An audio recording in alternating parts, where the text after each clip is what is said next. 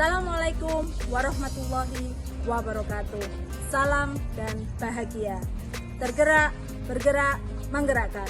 Perkenalkan, nama saya Devi Ariska, calon guru penggerak Angkatan 11 dari SDN Wiromborang 1, Kota Probolinggo, Jawa Timur. Dalam video ini, saya akan menunjukkan aksi nyata saya dalam diseminasi budaya positif yang ada di lingkungan sekolah saya, yaitu SDN Wiromborang 1, Kota Probolinggo, Jawa Timur. Selamat menyaksikan.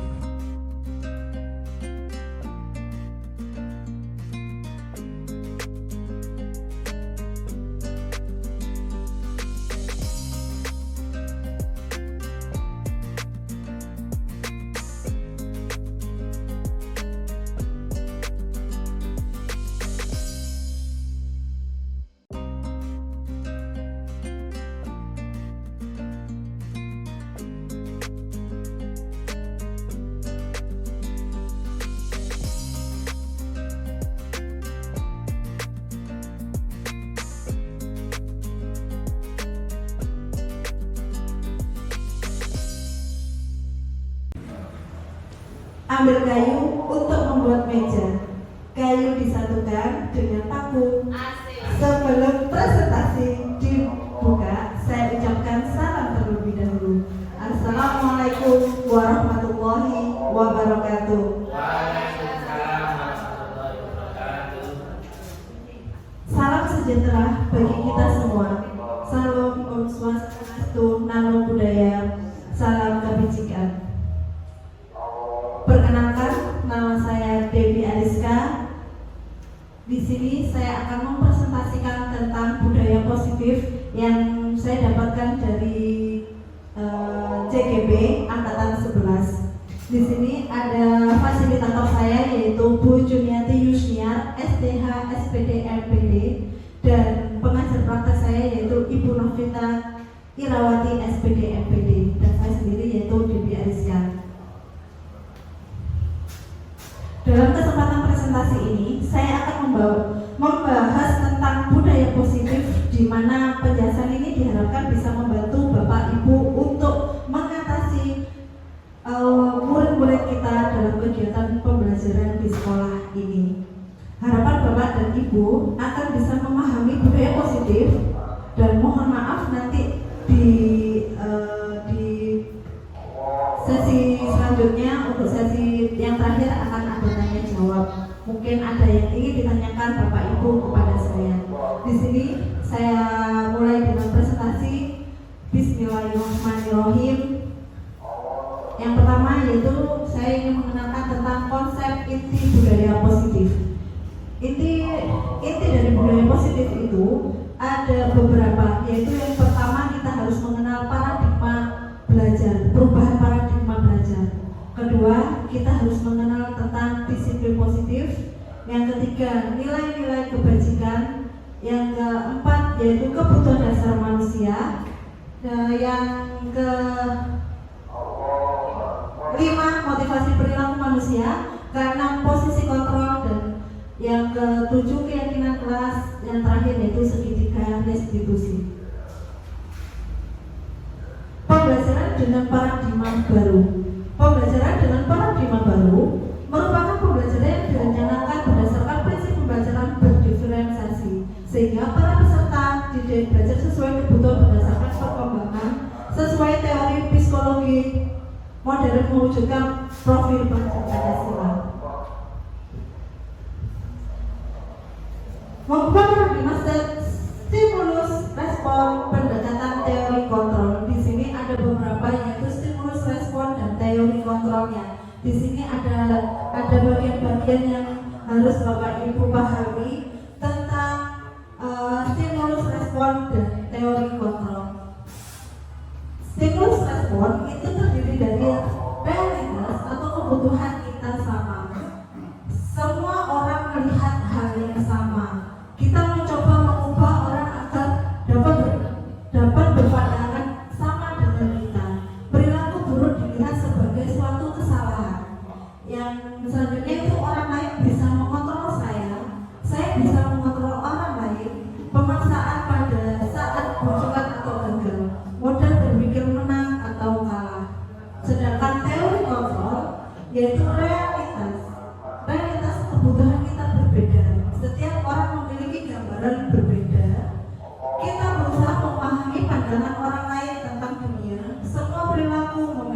tujuan. Hanya Anda yang bisa mengontrol diri Anda tidak bisa mengontrol orang lain. Kolaborasi dengan konses menciptakan pikiran-pikiran baru. Dan yang terakhir yaitu model berpikir menang-menang.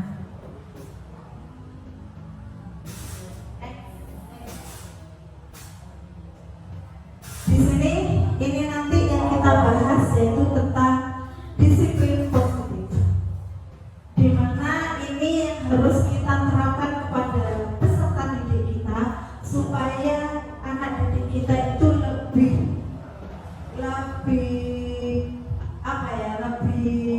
taat kepada peraturan-peraturan yang diadakan di sekolah ataupun di kelas. Disiplin positif adalah suatu pendekatan untuk menerapkan disiplin dari anak tanpa hukuman dan hadiah. Disiplin positif perlu diterapkan baik dalam lingkungan keluarga maupun lingkungan sekolah. Dengan menerapkan disiplin positif, diharapkan tindakan kekerasan dapat dihindari. Sebagai seorang pendidik, tujuan kita adalah menciptakan peserta didik yang memiliki disiplin diri, sehingga mereka berperilaku mengacu pada nilai-nilai kebajikan universal dan memiliki motivasi intrinsik dalam perubahan perilaku ke arah yang lebih baik. Di sini disiplin positif itu kita tidak dianjurkan untuk senantiasa memberikan anak-anak itu hadiah. Nanti hadiah itu akan memperlambat anak-anak dalam pencapaian yang ingin dicapai. Terus di sini ada nilai-nilai kebajikan, nilai yang disepakati bersama terlepas dari suku, bangsa, agama, bahasa maupun latar belakang. Contoh nilai kebajikan institusi atau organisasi. Di sini ada profil pelajar Pancasila, ada beberapa kita sudah diterapkan bahwa setiap ada kegiatan profil pelajar Pancasila pasti berinteraksi dengan beriman dan bertakwa terhadap Tuhan Yang Maha Esa, berakhlak mulia, berkebinekaan global, gotong royong, mandiri, kreatif, dan kritis. Ini sudah kita kenal sejak diimplementasi pelajar Pancasila. Ibu Primary Years Program. Di sini ini masih belum kita kenal. Sekarang kita belajar tentang Ibu Primary Years Program. Itu adalah toleransi, rasa hormat, integritas, mandiri, menghargai, antusias, empati, keingintahuan, kreatif, kerjasama, percaya diri, dan komitmen. Kalau keterampilan hidup itu sudah kita terapkan kepada anak-anak bahwa dapat dipercaya, pendengaran yang baik, aktif, tidak merendahkan orang lain, dan memberikan yang terbaik dari diri. Nah, ini sudah kita kenal yaitu profil pelajar Pancasila dan keterampilan hidup. Bahkan ini sudah kita terapkan dalam sistem pembelajaran.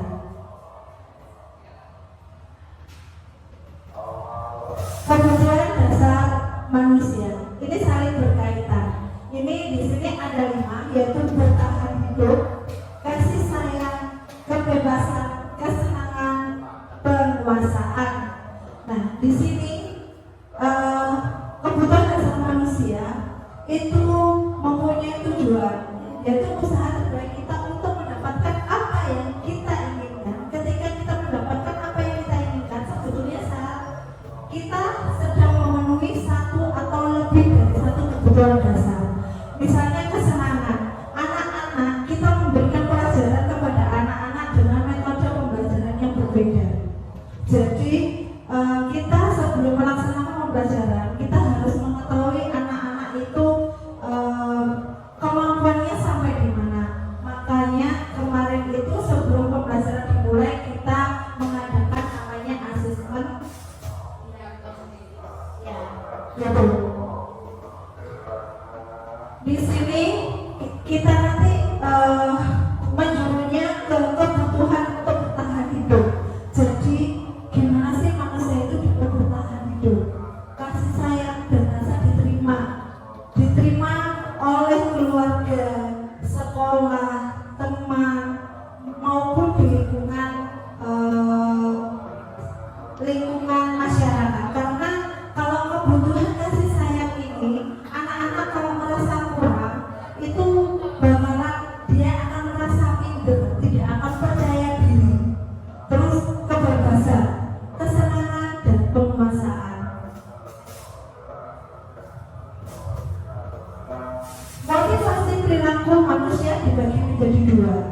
yaitu motivasi ekstrinsik dan motivasi intrinsik. Sedangkan motivasi ekstrinsik itu dibagi menjadi dua, yaitu untuk menghindari ketidaknyamanan atau hukuman. Jadi kita terhadap anak-anak itu harus benar-benar menghindari namanya hukuman. Awakmu ini nakal, itu tidak boleh, karena itu sudah mengejar anak. Dengan kalau kita mengungkapkan kepada anak-anak itu harus menggunakan kata-kata yang lebih positif lagi, seperti itu. Terus untuk mendapatkan imbalan atau penghargaan dari orang lain. Nah, ini juga tidak dianjurkan supaya anak-anak itu tidak merasa ketergantungan. Jadi anak itu iya nanti kalau kamu juara, misalnya saya ya, nanti kalau kamu juara 1 nanti dapat hadiah dari Bu Dewi. Seperti itu tidak boleh. Dia akan menurunkan motivasi belajarnya. Terus itu motivasi intrinsik, yaitu untuk menjadi seseorang yang mereka inginkan dan menghargai diri sendiri dengan nilai-nilai mereka percaya.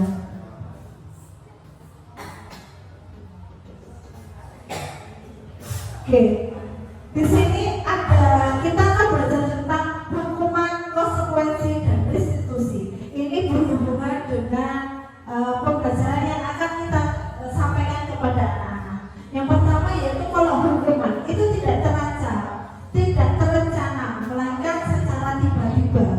Murid tidak tahu apa yang terjadi atau tidak diubahkan, atau beberapa hukuman atau fisik. Konsekuensinya yaitu terencana, ini harus terencana sesuai dengan peraturan. Terus murid tetap dibuat tidak nyaman. Yang ketiga yaitu sikap guru yang selalu memonitor murid. Jangan seperti itu tidak boleh. Jadi kita itu kalau di CGP itu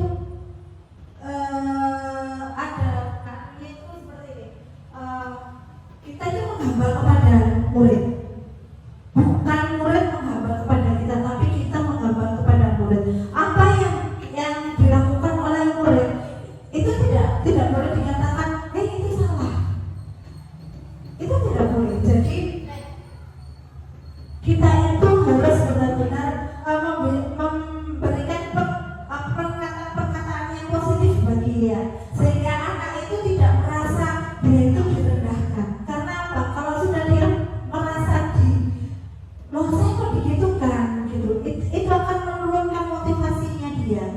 Terus restitusi, proses menciptakan kondisi bagi murid untuk memperbaiki kesalahan yang telah diperbuat. Yang kedua, proses kolaborasi yang mengajarkan siswa untuk mencari solusi sendiri. Jadi kita mengajarkan ke anak-anak sekarang kan pembelajarannya berpusat pada murid. Tidak boleh kita itu pembelajarannya berpusat pada guru itu menjelaskan, terus itu tidak boleh. Itu sama saja kita tidak mengeksplorasi apa yang ada pada diri murid itu. Jadi anak itu dikasih suatu pertanyaan, misalnya, coba anak-anakku, apa sih yang kalian ketahui tentang peta? Bukan berarti peta itu gambaran ini dan itu, tapi anak-anak itu dengan sendirinya, Bu, peta itu apa, Bu? Bentuknya itu seperti misalnya seperti bola, seperti itu. Nah, itu kan kita tidak boleh menyalahkan, tapi kita, oh iya betul anakku. Tapi dengan seperti itu kita memberikan penguatan kepada anak-anak. Nah, seperti itu. Next, Chandra. Di sini kita sebagai guru harus mempunyai 5 posisi kontrol, yaitu yang pertama membentuk teman berbuat rasa bersalah, pemantauan manajer. Menurut panjenengan dalam pembelajaran ini yang Bapak Ibu lakukan, antara 5 posisi kontrol ini yang sering diberlakukan itu apa? Sebagai bukan. Ada lagi? Mungkin ada yang, kalau saya dulu adalah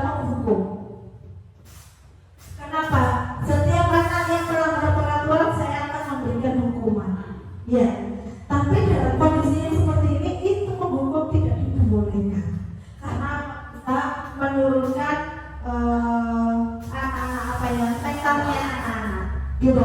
Misalnya anak-anak nggak usah jauh-jauh menghukum, misalnya ayo kamu nggak bawa buku, coba kamu keluar, itu termasuk menghukum anak. Setidaknya kita panggil dulu anaknya, kenapa kamu tidak membawa buku?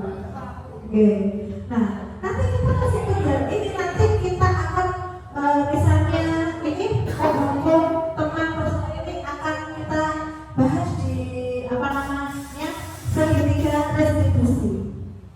Nah, lanjut Mas Chandra. Oke, 5 posisi kontrol. Yang pertama menghukum. Seorang menghukum bisa menggunakan hukuman fisik maupun verbal. Orang-orang yang menjalankan posisi penghukum senantiasa mengatakan bahwa sekolah memerlukan sistem atau alat yang dapat menekan murid-murid lebih dalam lagi. Terus teman, guru dapat pada posisi ini tidak akan menyakiti murid, namun akan tetap berupaya mengontrol murid melalui persuasi. Posisi teman pada guru bisa negatif ataupun positif. Posisi teman itu kita berusaha untuk mendekati kepada anak-anak. Gimana sih apa yang mereka lakukan? Jadi kita itu harus bisa memilih anak-anak supaya anak-anak itu lebih dekat dengan kita. Lanjut. Nah ini yaitu berbuat merasa bersalah. Kita bisa menggunakan kalimat-kalimat positif kepada anak itu. Jadi anak itu merasa, oh gitu tuh ya, berarti saya salah, seperti itu. Jadi pada posisi ini, pasti guru akan bersuara lebih lembut, misalnya, nah seperti itu boleh tidak? Seperti itu. Jadi kita itu tidak boleh, jadi katanya itu harus direndahkan lagi.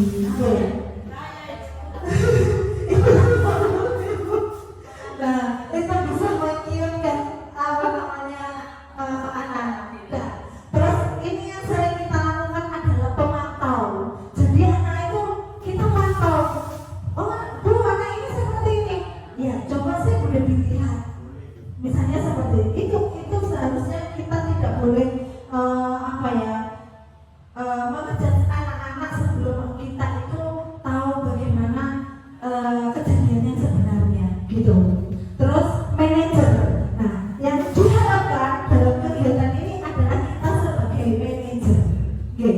Manajer adalah posisi di mana seorang guru berbuat sesuatu bersama dengan murid dan berusaha mencari bagaimana solusi untuk keluar dari permasalahan tersebut. Jadi anak-anak itu dirangkul. Manajer ini kita bisa jadi teman kepada anak-anak. Jadi kita rangkul anak-anak itu. Seperti itu. Jadi ayo nak, seperti ini. Coba kamu punya solusi tidak untuk keluar dari permasalahan ini? Misalnya tidak membawa sepatu, seperti itu. Next, lanjut. Keyakinan kelas. Ini sebelum kita pembelajaran dimulai dalam 1 semester atau dalam 1 tahun, kita harus membuat keyakinan kelas supaya anak-anak itu merasa diperhatikan dan merasa oh iya, pendapat saya ini harus anak-anak ini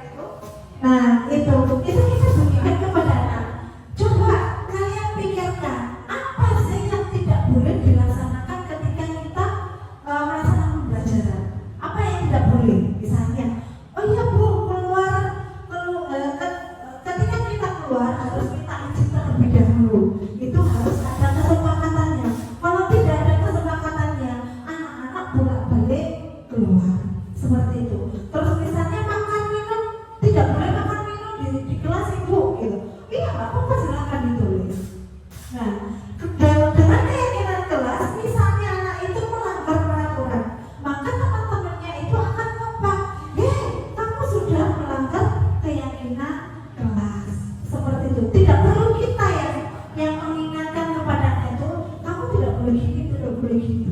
Itu namanya peraturan. Tapi kalau keyakinan kelas ini adalah ke peraturan yang disepakati oleh bersama dan diyakini bersama bahwa ini tidak memberatkan anak-anak, seperti itu.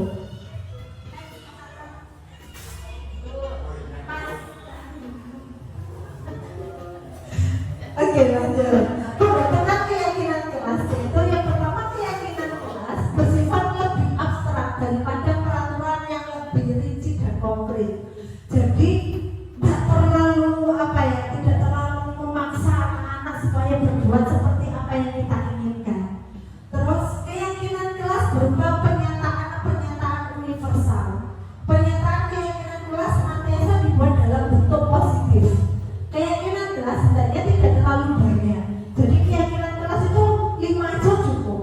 Jadi dari sekian banyak anak-anak yang menulis, kita sepakati mana yang boleh dan mana yang tidak boleh. Seperti itu. Terus keyakinan kelas sebaiknya sesuai dengan dapat diterapkan di lingkungan tersebut.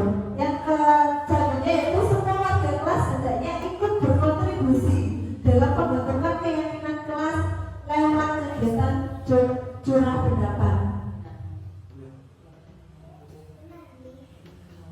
Maaf, ada pertanyaan. Lanjut, bersedia meninjau kembali keyakinan kelas dari waktu ke waktu. Jadi ini itu tidak harus dalam satu semester anak-anak mentaati peraturan seperti itu. Tapi misalnya dalam kesepakatan ada perubahan sedang kita masuk ke kelas. Anak-anak sebelum kita mulai pembelajaran, apakah kesepakatan kita ini masih berlanjut? Masih. Kalau anak-anak masih bilang masih Bu, kita bisa melanjutkan. Tapi kalau anak-anak itu Bu, boleh ya makan di kelas ya, karena tadi saya tidak sarapan. Nah itu bisa dirubah karena apa? Sewaktu-waktu itu bisa berubah dengan kesepakatan kelas tersebut. Next. Pengertian restitusi. Di sini restitusi adalah proses menciptakan kondisi bagi murid untuk memperbaiki kesalahan mereka sehingga mereka bisa kembali pada kelompok mereka dengan karakter yang kuat. Ini dari pendapatnya dari dosen tahun 2004. Dan kita sendiri akan mengartikannya bahwa restitusi bukan untuk menebus kesalahan. Jadi dia itu tidak berarti saya salah, saya seperti itu. Tapi restitusi adalah sebuah tawaran atau bukan paksaan. Restitusi fokus pada solusi dan dapat mengembalikan murid yang berbuat salah pada kelompoknya. Ayo anak-anak, ini tidak membawa buku. Bagaimana? Ini solusinya seperti itu. Jadi anak-anak ini, aku suruh menulis di buku lain seperti itu. Itu bisa dijadikan kesepakatan kita terhadap anak-anak. Next, kita nanti pembelajaran yang sesungguhnya itu tentang segitiga restitusi. Ini kita menangani anak-anak dalam berkasus. Misalnya, suatu proses dialog yang tidak oleh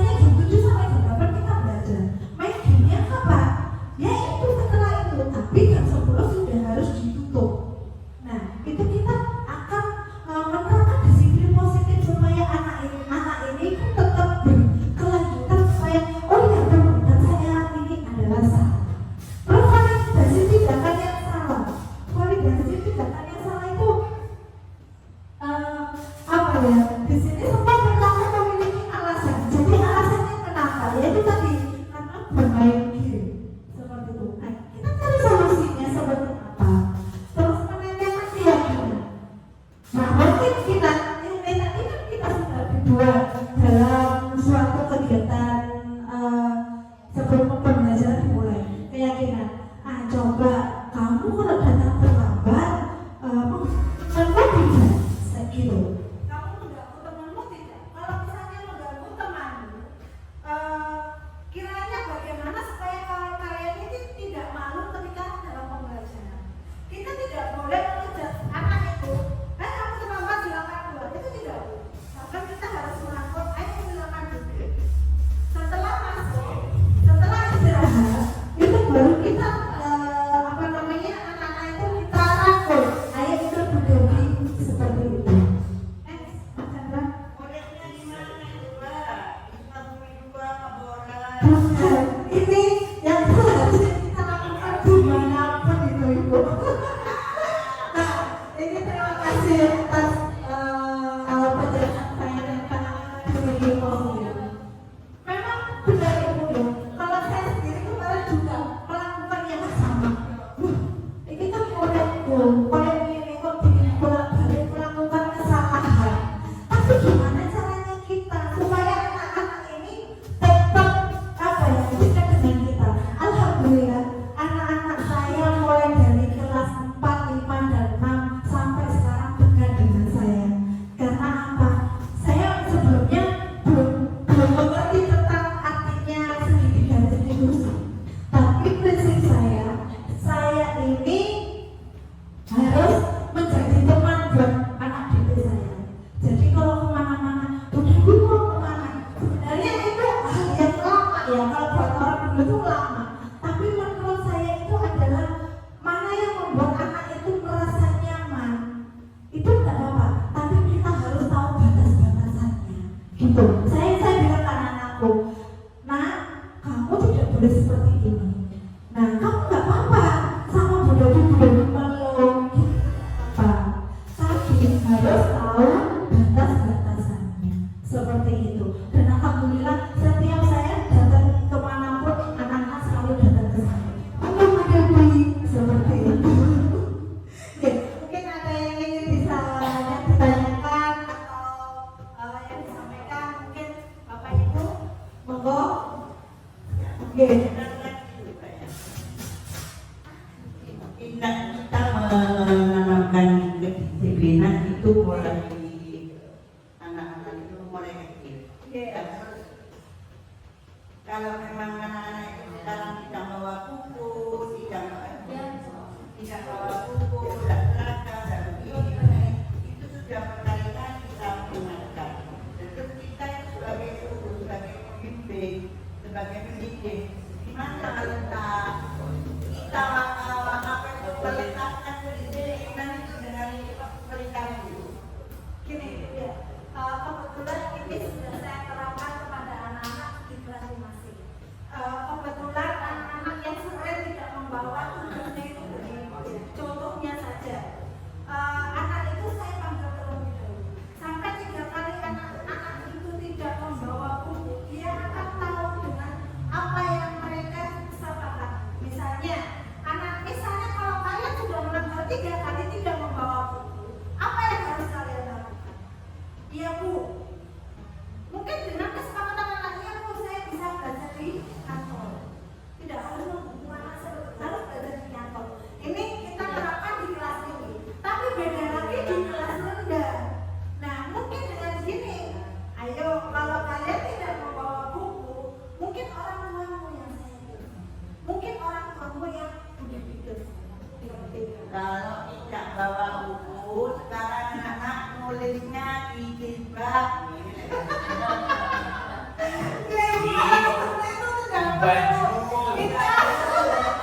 Kita harus memberikan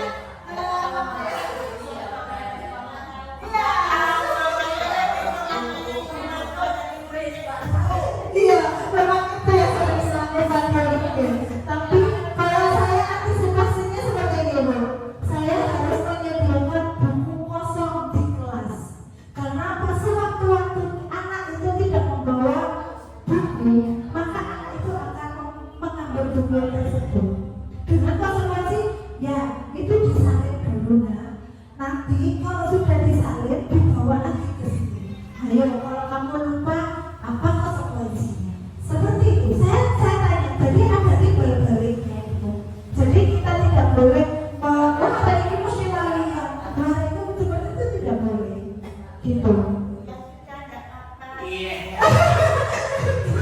Nggak benar Ibu.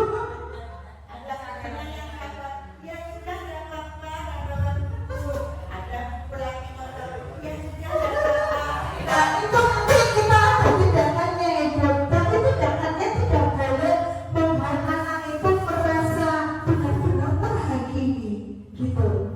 Itu memang kita diajarkan di pendidikan CGP ini, kita memang benar-benar dididik supaya kita itu bisa menangani anak-anak ini dengan apa ya, dengan hati yang rendah gitu.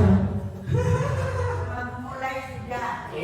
Jangan berdasarkan kelompok ini. Oh, mungkin ada yang ingin ditanyakan. Terima kasih atas waktunya. Jadi kalau seperti tadi ini, kita sebagai pendidik ya, untuk melihat apa budaya positif gitu ya. Nah, ini pertanyaannya berarti gini, bagaimana kalau kita bisa mengukur anak ya, mengukur anak keberhasilan tentang budaya positif ini? Nah, ya cara bagaimana cara berhasil apa ya? Mengetahui dan kalau kita mengetahui bahwa kita menerapkan ini mengukurnya. Kita mengukur nilai-nilai Dan nilai Itu dari saya, terima kasih. untuk mengukur nilai kurikulum pendidikan tidak usah diukur. Bukan mereka Bu. Budaya positif. Iya. Cara mengukur kreativitas ini berhasil atau tidaknya. Nah, kalau menurut saya, kalau kita selama yakin dengan apa yang kita lakukan, dengan apa ya, dengan kerjasama, dengan kolaborasi dengan teman sejawat ataupun dengan teman, terutama dengan kepala sekolah. Jadi kita itu ada kerjasama dengan kepala sekolah, teman sejawat dan murid sendiri. Terutama juga kita harus mengadakan keyakinan itu dengan wali murid juga. Kalau wali murid itu kalau kita kerjasama, di sekolah sudah diajarkan seperti ini. Berarti kita harus menghubungi orang tuanya. Mohon maaf, kita punya penghubung. Karena apa? Kita sebagai guru, apa yang dilakukan oleh murid, apa yang dilakukan setiap harinya, kita harus punya penghubung kepada orang tua. Karena apa? Itu adalah catatan kita terhadap anak tersebut.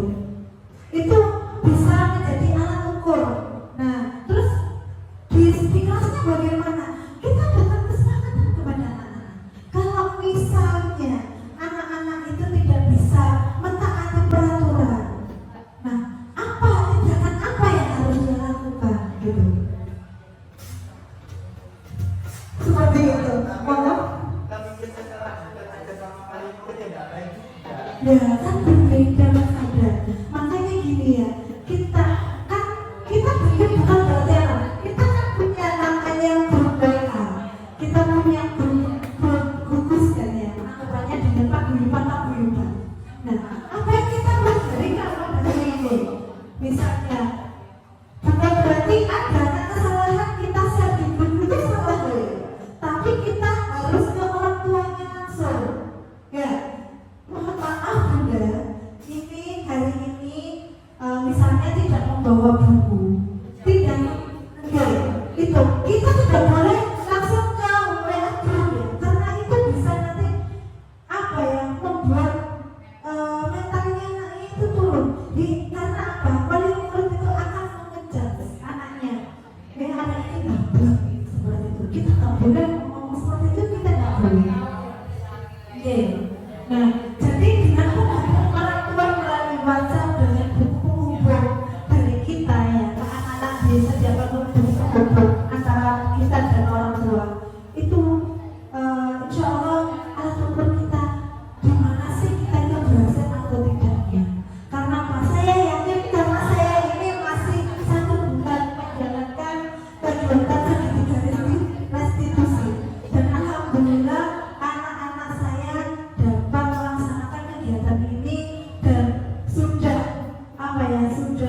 mentaati apa yang telah disepakati oleh anak-anak.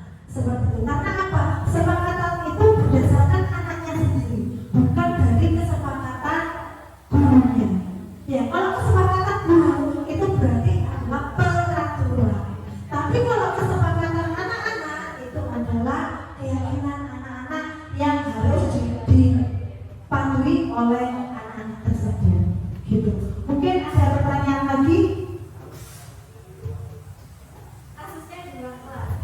Apakah itu di ranah sekolah? Di ranah sekolah.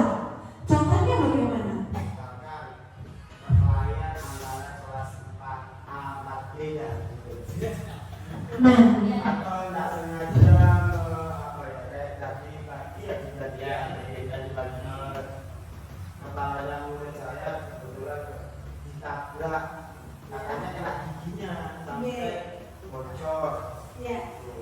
Nah, kita tidak boleh menyalahkan satu anak saja. Kita panggil di lingkungan itu siapa saja yang mengetahui kejadian tersebut. Kita tidak boleh apa ya? Kamu aja. Kita tidak boleh, kamu kok yang salah. Kamu kok bisa seperti ini? Itu tidak boleh. Kita harus menanyakan kepada orang-orang. Apakah ini kejadiannya benar-benar terjadi seperti itu atau tidak? Bahkan kita tidak boleh menanyakan kepada korban saja, tapi kita harus menanyakan kepada pelaku dan orang-orang yang ada di sekitar kita. Kita ajak berenung bersama. Kenapa sih bisa melakukan kesalahan itu? Seperti itu. Ada lagi? Monggo. Oke.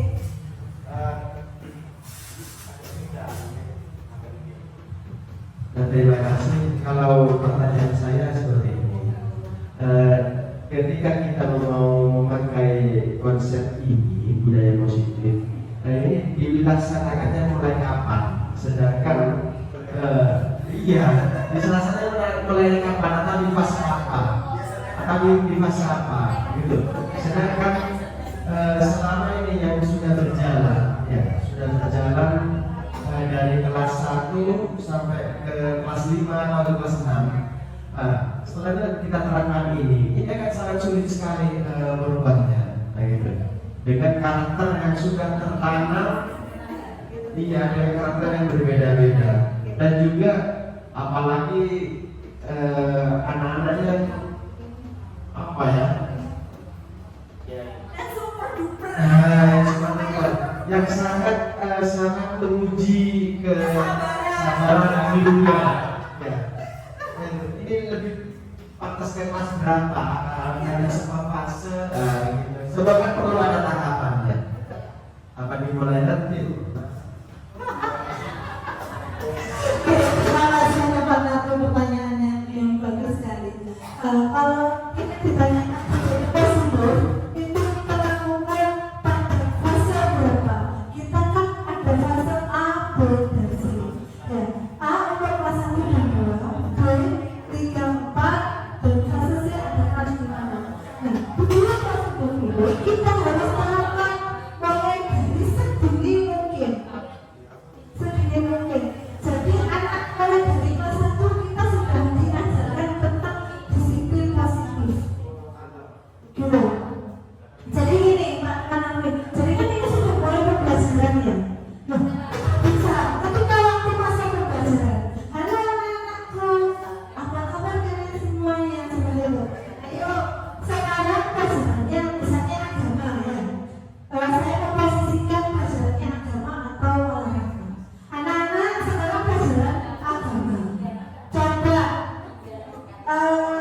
sebelum pembelajaran dimulai, ini adalah keyakinan kelas. Yang pertama kita harus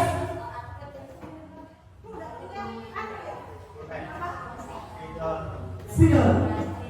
Nah, jadi sebelum pembelajaran dimulai, ayo anak-anakku, sebelum kita breaking dulu.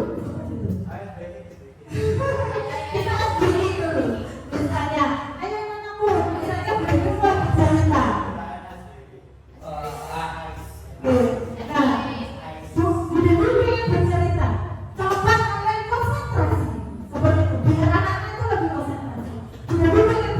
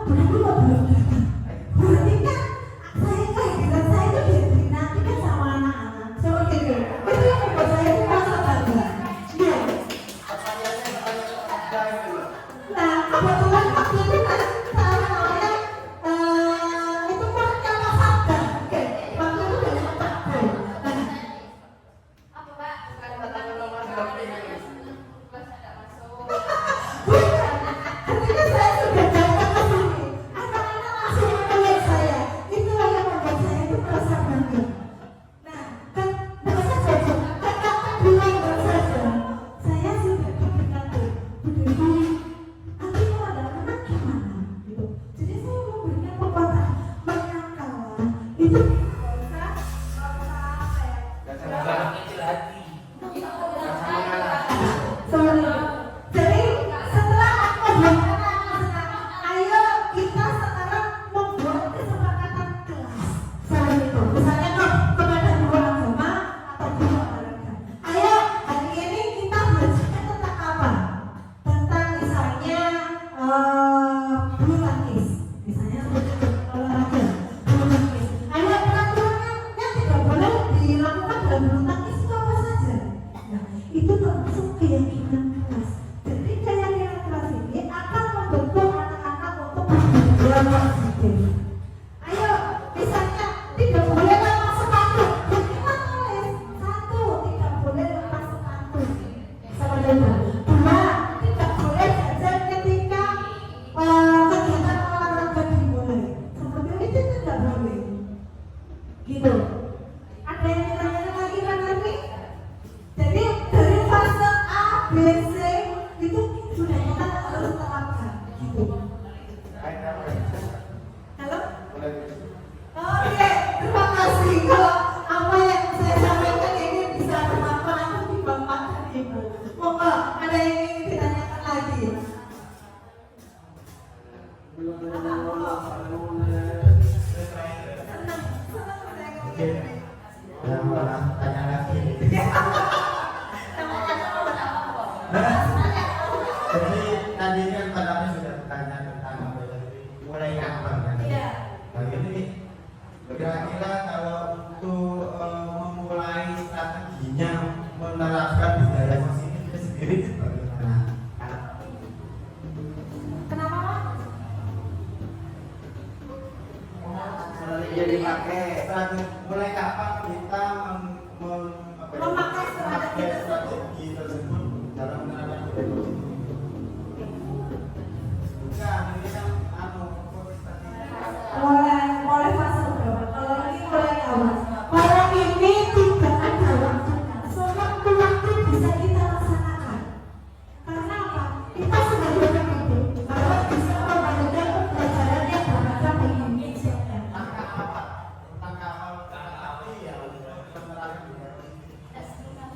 Langkah awalnya kita melakukan pendekatan kepada anak.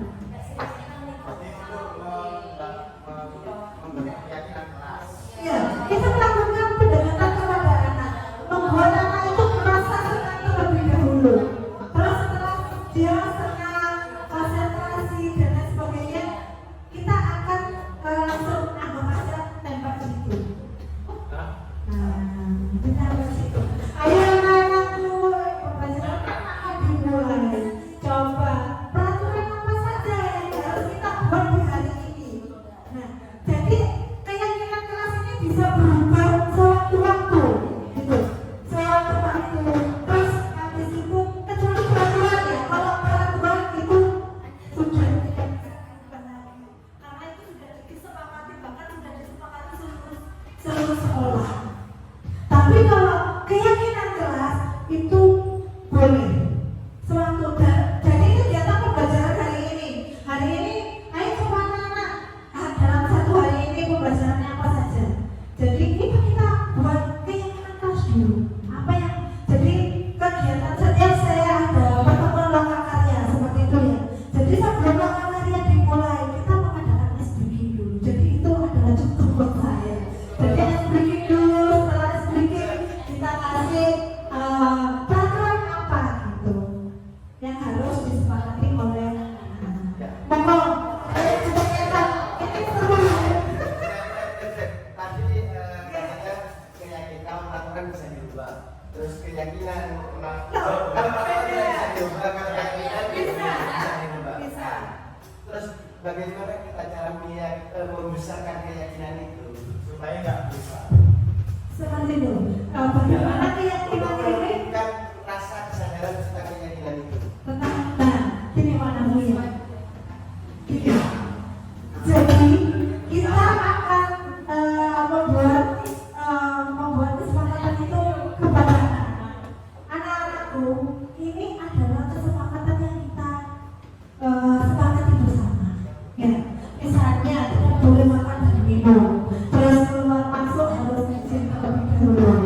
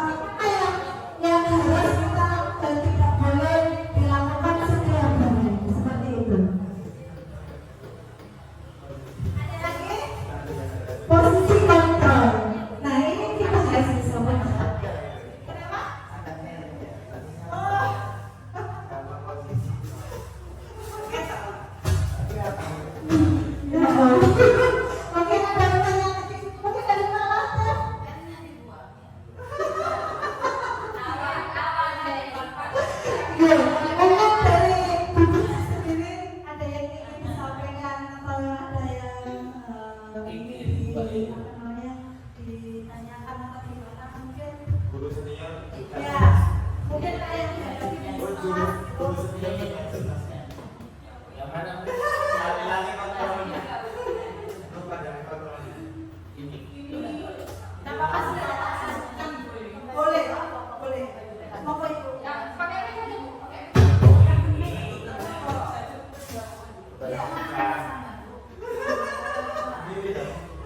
Jangan nampak ini kan. Iya.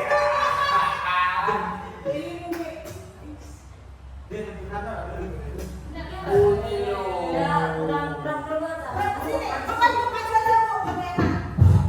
Enak kan? alhamdulillah ada pemasukan dari ibu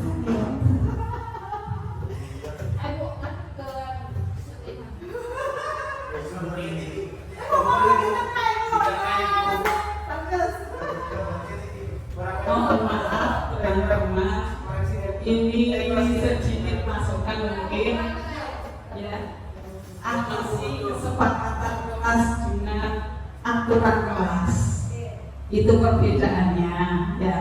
Kalau aturan kelas itu yang buat kita guru,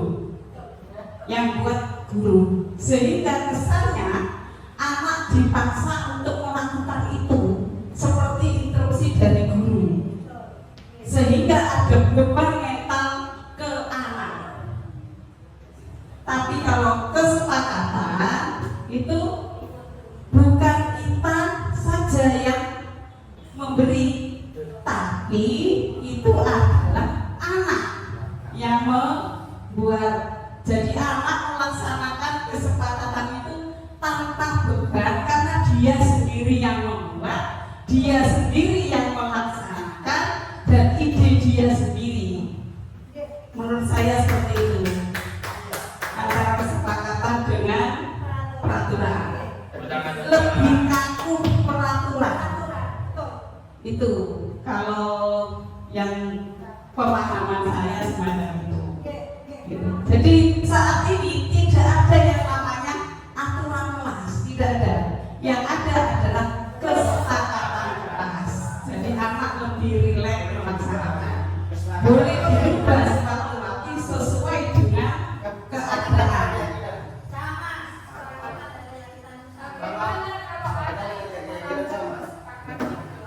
Pada saat awal membuat kesepakatan kelas, kita itu sebenarnya tidak boleh memberikan sanksi, tidak boleh.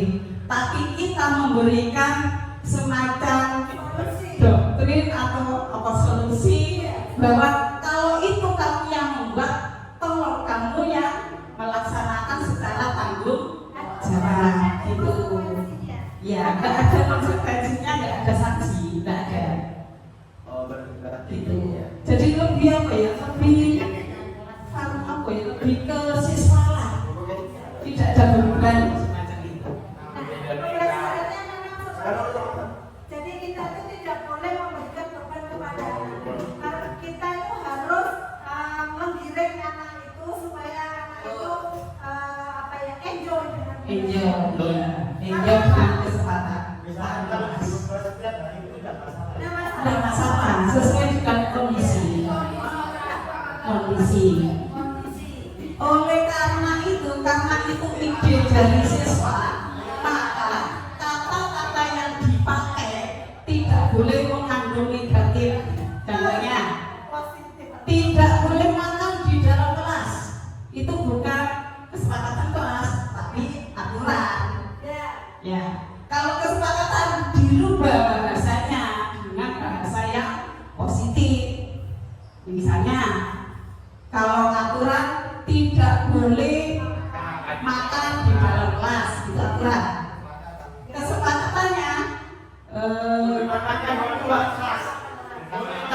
boleh makan saat jam istirahat. Nah, semacam itu. Kalau misalnya gini lagi, kalau bahasa aturan kelas, bahasa peraturan, tidak boleh gaduh di dalam kelas. Itu bahasa aturan. Tapi kalau bahasa kesepakatan, boleh.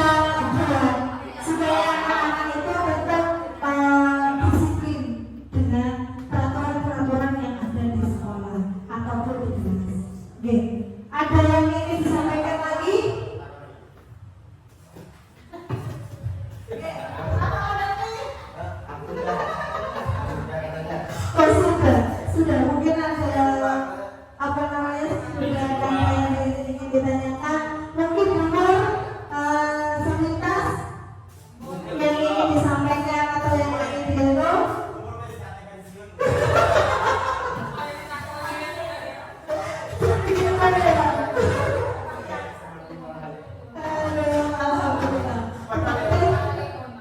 Kenapa berarti?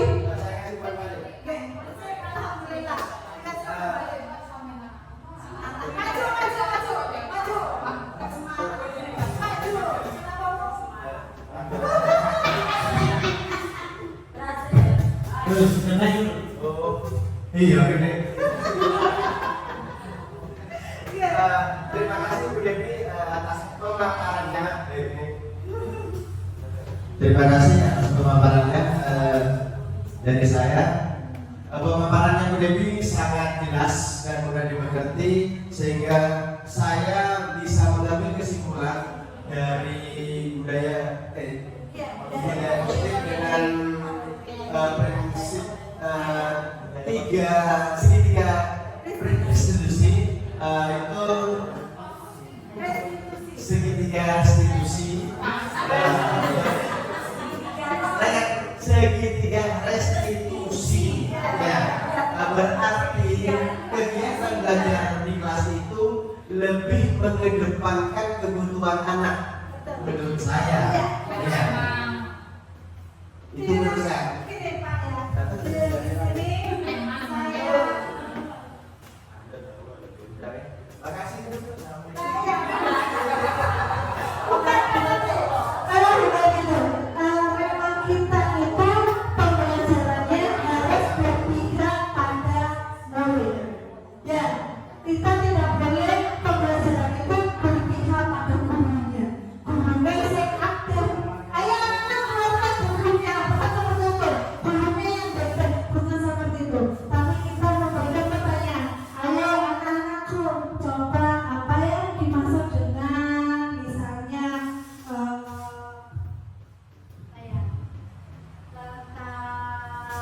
Misalnya tentang Pancasila, nilai-nilai Pancasila. Nah, seperti itu. Anak-anak sendiri yang akan menjabarkan dengan apa yang mereka peroleh dengan cara membaca.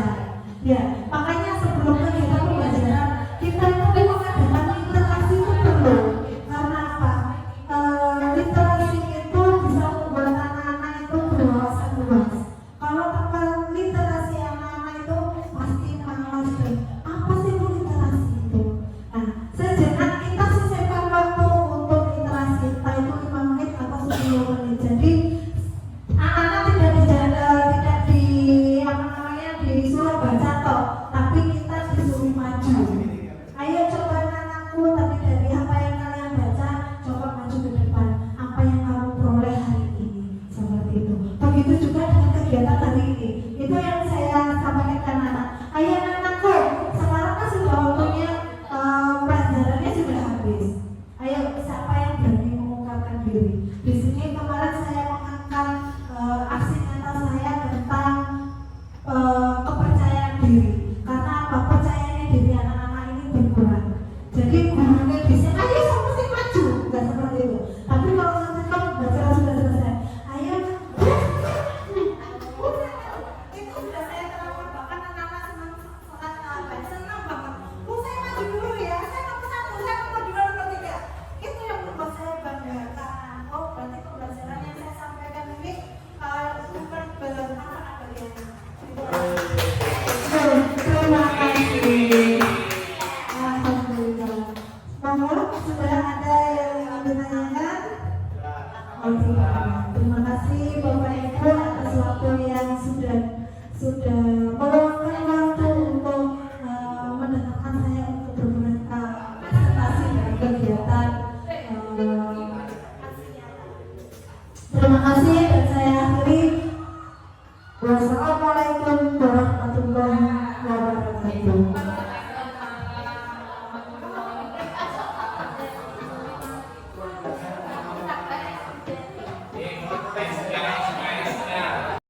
Assalamualaikum warahmatullahi wabarakatuh.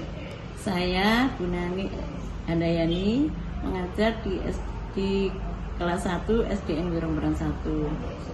Setelah saya mengikuti paparan dari Bu Debbie mengenai disiplin positif, ya banyak ilmu yang saya terima dan sangat bermanfaat sekali. Juga akan saya terapkan di anak-anak di kelas 1, karena memang disiplin positif itu, kedisiplinan harus dimulai sejak dini, sejak kecil. Sekian dari saya. Wassalamualaikum warahmatullahi wabarakatuh. Assalamualaikum warahmatullahi wabarakatuh. Saya Ibu Novita Elisya Robi SPDSD dari Sekolah SDN Wiromberan 1. Saya mengajar di kelas 2A. Setelah saya mengikuti seminar atau webinar tentang disiplin positif yang diselenggarakan oleh Ibu Debbie Ariska, saya merasa senang dan saya bisa menerapkan disiplin positif ke kelas saya, yaitu di kelas 2A. Terima kasih. Wassalamualaikum warahmatullahi wabarakatuh. Assalamualaikum warahmatullahi wabarakatuh. Nama saya Anjas Tianetias. Saya adalah pengajar kelas 6B di SDN Wiromberan 1 Probolinggo. Setelah saya mengikuti diseminasi dari Bu Debbie, saya menyadari bahwa disiplin positif perlu diterapkan di kelas kita masing-masing, terutama pada anak didik saya. Saya meyakini bahwa disiplin positif itu harus dimulai dari diri anak-anak sendiri dan dimulai dari sejak dini. Dari pemaparan itu saya berpikir bagaimana caranya saya mengembangkan diri untuk menciptakan pembelajaran yang menyenangkan dan menarik bagi peserta didik saya, sekaligus menjadi pengalaman yang bermakna bagi peserta didik saya. Saya rasa cukup sekian. Wassalamualaikum warahmatullahi wabarakatuh. Terima kasih. Salam dan bahagia. Wassalamualaikum warahmatullahi wabarakatuh.